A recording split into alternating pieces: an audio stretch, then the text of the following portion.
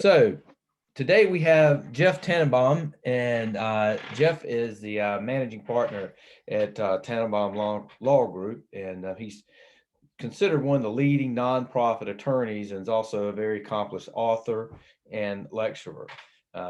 He has been he's a commentator on the nonprofit legal matters. He's a managing partner at the nationally recognized DC firm Tannenbaum Law Group. And Jeff counsels his clients on a broad array of issues affecting trade and professional associations, charities, and other nonprofits. And so for 19 years, Jeff practiced law at the Venable Law Firm and chaired its nonprofit practice for most of the time he was there. He has quite a few honors and awards, but among those most notable is Jeff was 2016 recipient of the American Bar Association's Outstanding Nonprofit Lawyer of the Year Award and is one of only 5 lawyers in the prestigious U.S. Legal 500's Not-for-Profit Hall of Fame. He's the author of the ASAE published book, Association Tax Compliance Guide, and currently serves as chair of the American Bar Association's Trade and Professional Associations subcommittees and on the ASAE Legal Advisory Council and Public Policy Committee. So we're very honored and pleased to have Jeff here today. And I have read some of his stuff, and I think that you'll find his discussion today very enlightening. So with that, Jeff, welcome. We appreciate you joining us today, and I'm sure you got quite a few things that you need to share with us, and we look forward to hearing from you. So, thank you, Ray. Thanks for having me. Welcome, everyone, to our webinar today. So what I am going to be focused on is an area of law referred to as antitrust law. In some other countries, like in Europe, they call it competition law. Here in the U.S., we call it antitrust law. The antitrust laws there's both federal and state antitrust laws. They've been around for over 100 years. And believe it or not, they have direct and specific applicability to the nature of the activities that our host, dynamic benchmarking, does. Namely, benchmarking and information surveys and exchanges. These are activities that for over 100 years have been regulated by federal and state antitrust regulators, as well as private plaintiffs in litigation. And it's an area of some pretty significant risk. That being said, there is some really solid guidance and a very helpful and fairly easy to understand safe harbor in this area that's very much become a best practice in the world of association kind of benchmarking and information exchanges. And so that's kind of the purpose of my discussion today, to help kind of lay some of this out for you, put it in some perspective and context, help you understand what the risks are, but more importantly, help associations understand how to mitigate those risks. This is really important because not every association engages in benchmarking and information exchanges, but many do. There are many, for many associations, it's one of their key activities. For many associations, it's one of the most popular and valuable programs to the membership. And associations are uniquely situated to engage in these sorts of activities. That being said, because of the antitrust laws, and particularly the provisions of the federal and state antitrust laws that make something called price fixing illegal. So there's lots of different antitrust laws, and there's lots of different provisions and sections in the antitrust laws that regulate a lot of different conduct. But the one of those, and the one that's arguably the most serious and taken the most seriously, both by federal and state antitrust regulators, such as the Federal Trade Commission, the U.S. Department of Justice Antitrust Division, and all of the state attorneys general, which enforce all of the state versions of the antitrust laws, which largely mirror the federal. It's an area of extreme focus because, for one, price fixing is what's considered a per se violation of the antitrust laws. And what that means is that even if you have a really good reason for doing something that could constitute price fixing, it doesn't matter if it helps your members, if it helps consumers, even if it helps in the end lower prices to consumers, which is one of the primary driving forces behind the antitrust laws, to kind of ensure full and fair competition in the market, with the idea being that if you have full and fair competition, that it's likely going to drive prices down and product and service quality up for consumers. That's kind of the primary driver behind the antitrust laws. But when two or more competitors agree on prices to be charged. And we'll talk about what that means in terms of an agreement. But when two or more competitors agree on prices to be charged, that is viewed as a very serious per se violation of the antitrust laws that can meet with very severe consequences. And like I said earlier, these laws can be enforced by the regulators, and they are all the time. DOJ, Department of Justice Antitrust Division, and the Federal Trade Commission, and the state AGs, but also there's a private right of action for these violations, meaning some aggrieved competitor or someone else who's harmed by the antitrust violation can bring a private lawsuit asserting those claims. And if they are successful in many of these claims, can recover what are called treble damages. That means triple the amount of the damages they suffered plus attorney's fees. So there's a lot of risk here for associations in engaging in these activities. But it doesn't mean you should not engage in these activities. Quite the contrary. As I said earlier, this is a critical, valuable role that associations play. Associations are at the center of their industry or profession, and thus are uniquely situated with their members and others in the industry or profession to gather this information. And so I'm here to tell you, don't run away from this activity, but understand what the risks are and understand how to engage in this activity in a manner that will help to mitigate your risk. So a couple of things first. When I say two or more competitors agreeing on prices to be charged, there does not have to be any kind of formal agreement, written agreement, even oral agreement. An agreement can be inferred or implied by an antitrust regulator or plaintiff in litigation through the conduct of the parties. And by the way, I wrote an article on this issue called Association Benchmarking and Information Exchanges, Understanding the Legal Risks. That's on our firm's website, but I also provided a copy to Dynamic Benchmarking that they can share with you. And it has even more detail about these issues, and feel free to take a look at that and share it with your colleagues if you think it would benefit them. The article talks about a few cases, US Supreme Court cases. Yeah, I was wondering that too, Ray. Can we move off the bio? I don't have any slides for this, but maybe put something other than my bio up there.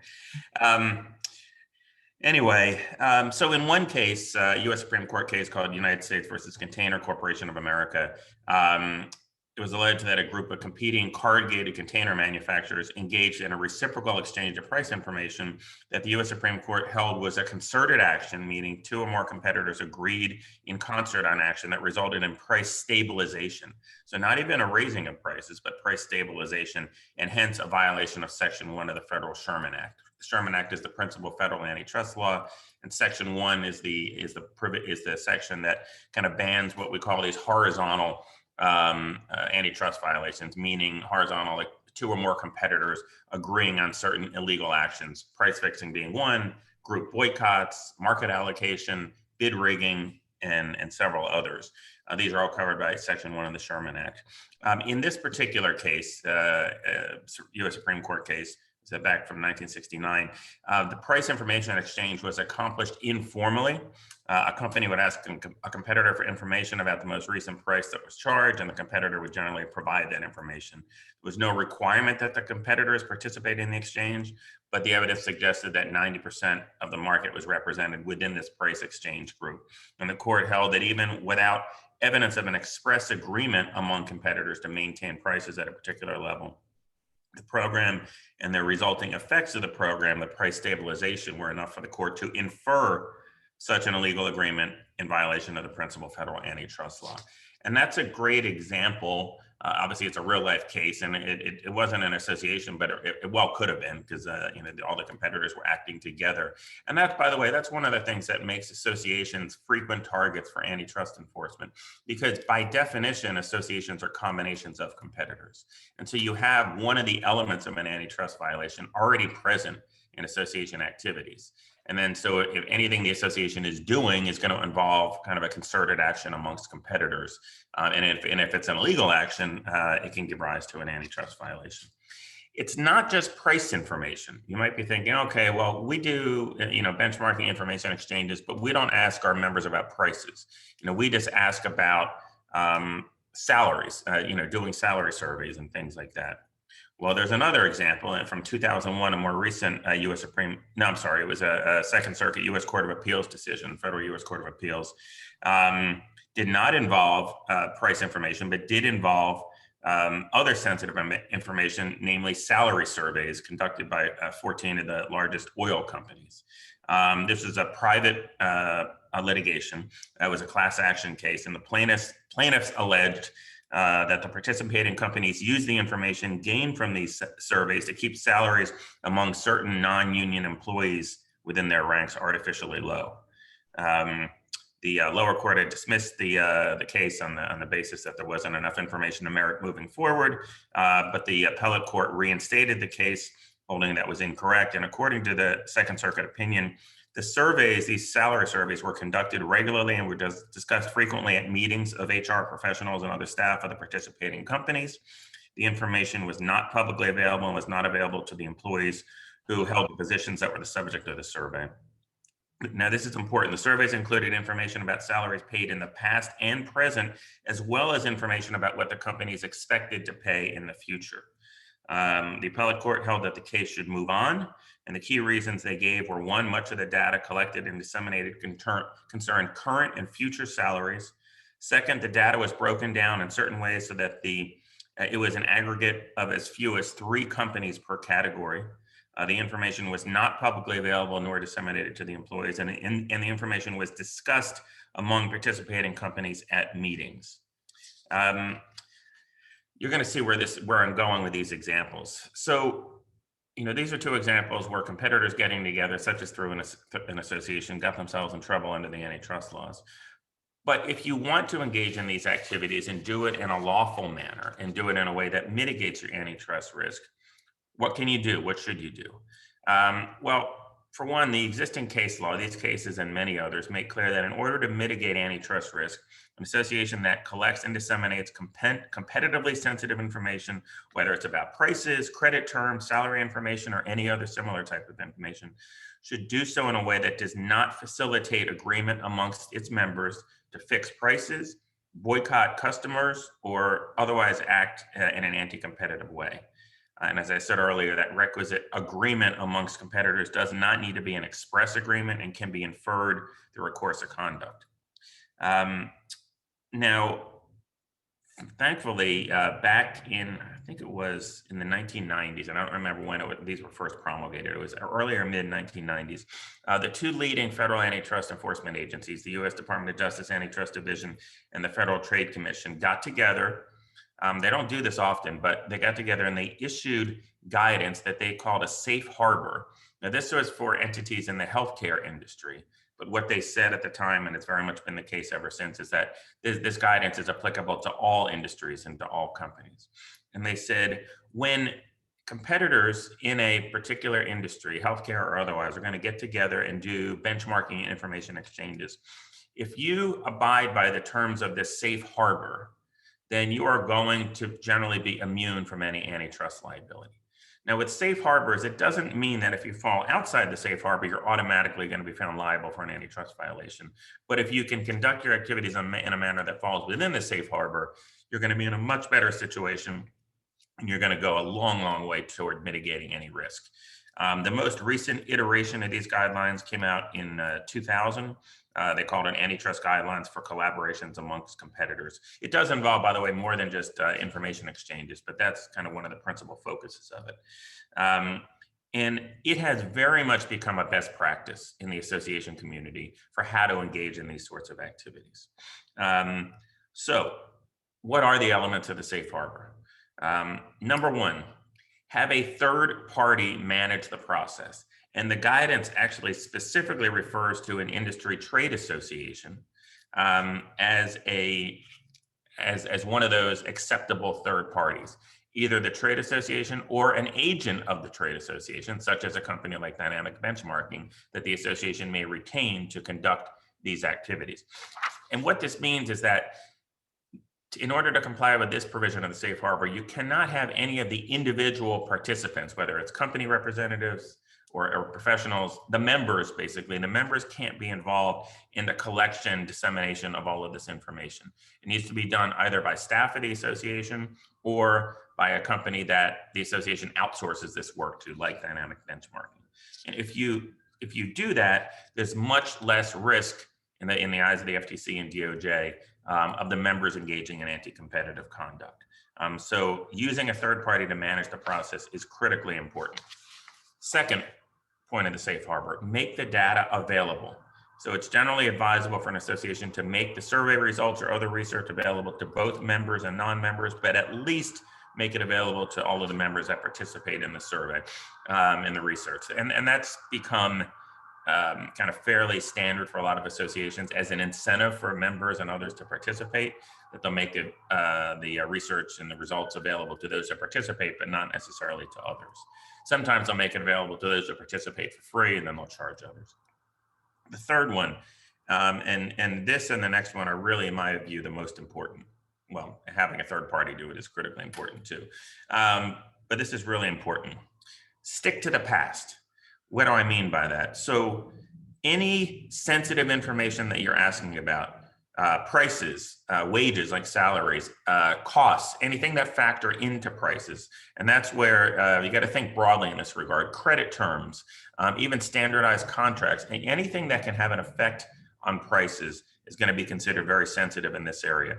And if you're going to ask about this information, you can even ask about prices, but it's got to be about past prices, past information. The data has to be at least 3 months old from the time that the survey participants are kind of entering their data.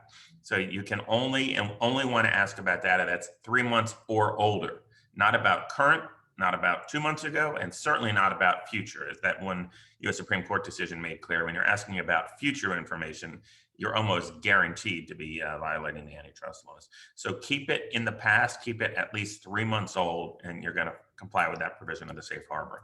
The next one is also critically important.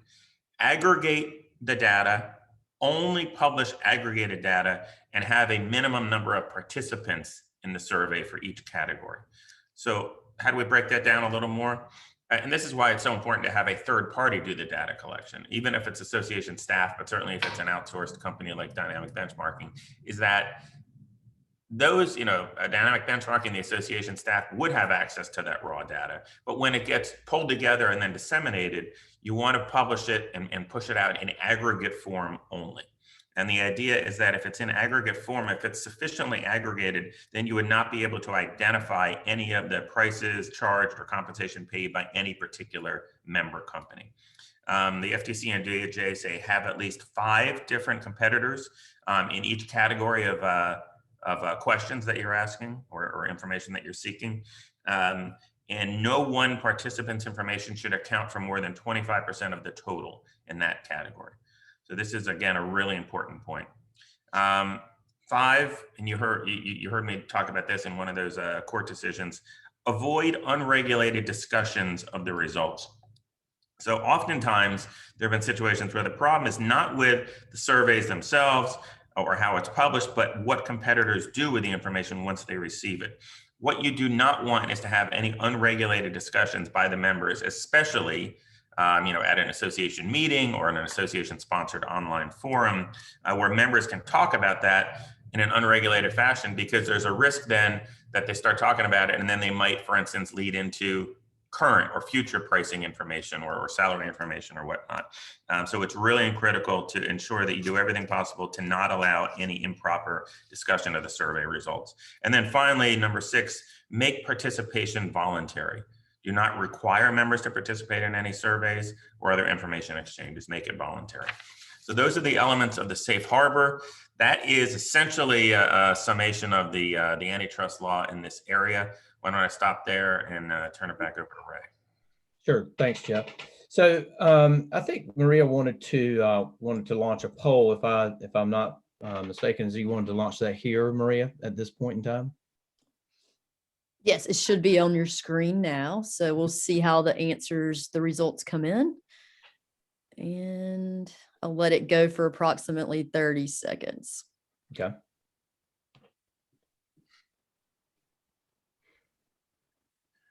While you're doing that, I see there's a question here, and I don't know which court decision you're referring to. It said, curious about what the penalty was for that finding. The first case, the U.S. Supreme Court decision. In that particular case, in short, I don't know the answer to that. I don't have it in my summary, but I can tell you, generally speaking, most antitrust violations are civil violations, meaning the consequence is monetary. If the suit is brought by a competitor, if they succeed in the suit, they have to prove the damages they suffered as a result of the antitrust violation. You triple that, and then they can generally get their attorney's fees as well.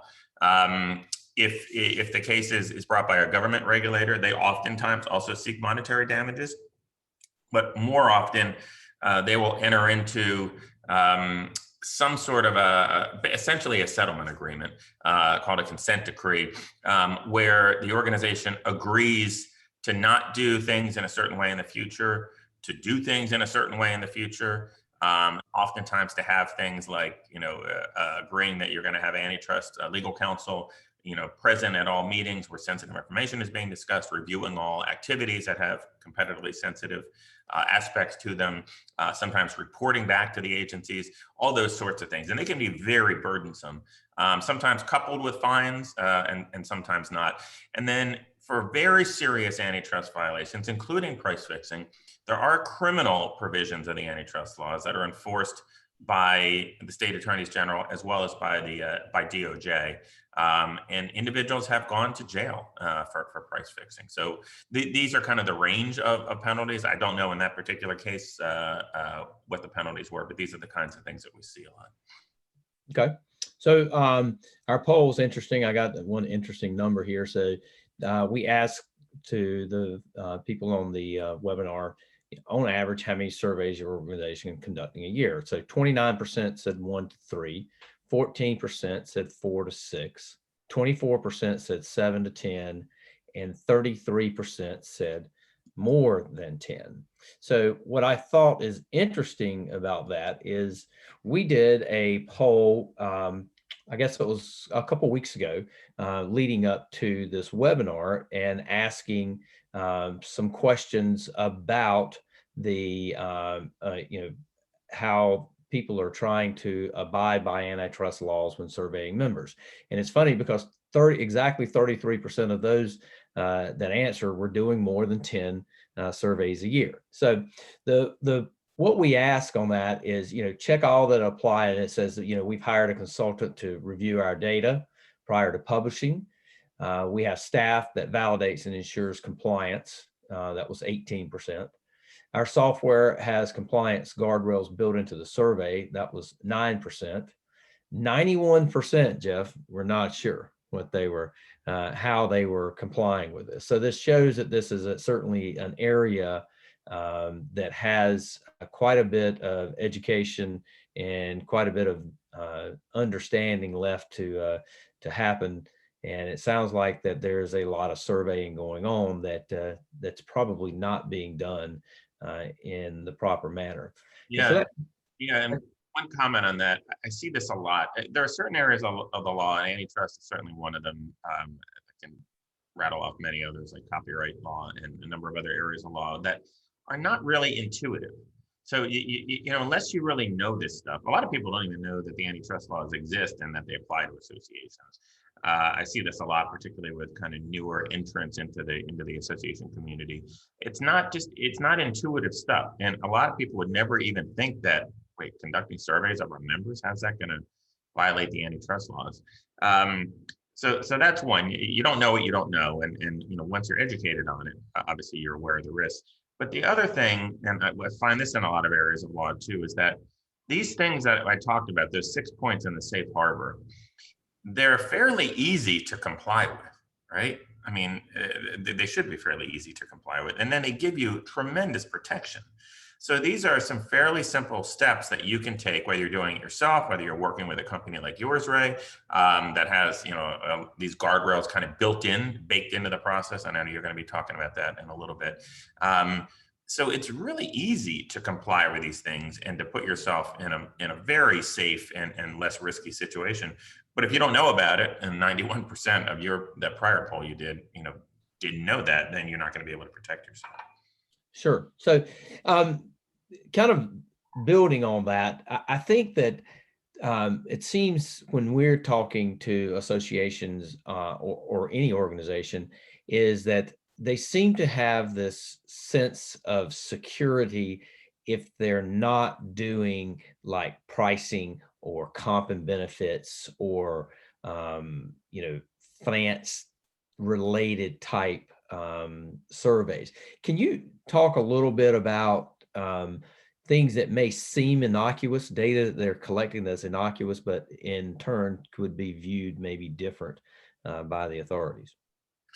Yeah, so you always have to tie it back to the the various potential violations in the antitrust laws. When it comes to price fixing, and that's the one that's most prevalent in this area of benchmarking and information exchanges. What the court cases make clear is that it's not just price information, but any information, any data that that factors into pricing, costs, salaries, credit terms, other things like that. Anything that can have an effect on price has been viewed as price fixing. So this goes not only for information exchanges, but I do a lot of antitrust trainings for association staff and boards and things like that. And one of the things I always stress in those trainings is that this also involves kind of items that have to be off limits for discussion amongst members. Like here, we're talking about a kind of a formalized process of information gathering. Like the U.S. Supreme Court decision made clear, there it was just kind of an unregulated discussion amongst members. Where we see this happening a lot, sometimes once we're through this pandemic and we're back to in-person meetings, you see this a lot, at association meetings, often not in the formal like board meeting room, but often in the informal, at the cocktail reception after the board meeting and things like that. But we see it a lot, even more so during the pandemic when everyone's living online, in kind of association sponsored online forums. And so anytime I get this, a lot from association staff and in-house lawyers, they'll say, look, we had this discussion thread on this issue that was going on. People are asking about, how the pandemic is affecting, staff salaries and compensation and whatnot. Those sorts of unregulated discussions can be really risky. You should have rules that prohibit members from talking about that stuff. And when it comes to your attention, when you see something like that happening, you need to shut it down. Gotcha. Very good. So the next area that I'd like to talk about